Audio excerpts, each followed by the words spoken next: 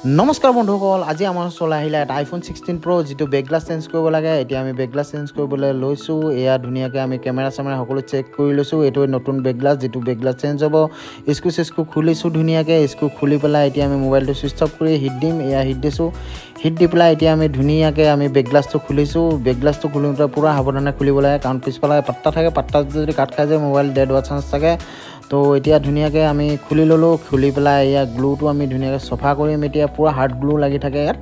তো আমি এতিয়া ধুনীয়াকৈ বেগৰ পেনেলটো যিটো গ্লু থাকে, গ্লুটো আমি চাফা কৰিছোঁ। গ্লুটো চাফা কৰি পেলাই আমি ইয়াত নতুন গ্লু লগাম। আৰু এয়াই নতুন বেক গ্লাছটো, এইটো যিটো বেক গ্লাছ লাগিব ইয়াত অৰিজিনেল 100% অৰিজিনেল বেক গ্লাছ হয়। এইটো কোনো প্ৰব্লেম নাই। আৰু আমাৰ ওচৰত সকলো ধৰণৰ বেক গ্লাছ পাব, আপোনাৰ অৰিজিনেল বেক গ্লাছ পাব। ইয়াৰ ধুনীয়াকৈ ইয়াৰ প্ৰটেকশ্যনখিনি আমি উলিয়াই লৈছোঁ। এয়া 3টা কেমেৰা থাকে, 3টা কেমেৰাৰ 3টা প্ৰটেকশ্যন থাকে। প্ৰটেকশ্যনখিনি আমি উলিয়াই ধুনীয়াকৈ পেক কৰিছোঁ। পেক কৰি ধুনীয়াকৈ চাফা কৰিছোঁ। চাফা কৰি এয়া দেখিছে পূৰা টাকাটাক হৈ গ'ল, একদম পূৰা ফ্ৰেছ হৈ গ'ল। কোনো ধৰিব নোৱাৰে যে এইটো বেক গ্লাছ চেঞ্জ কৰা আছে বুলি। তো কিবা কোৱাৰি থাকিলে আপোনালোকে আমাক খবৰ কৰিব পাৰে।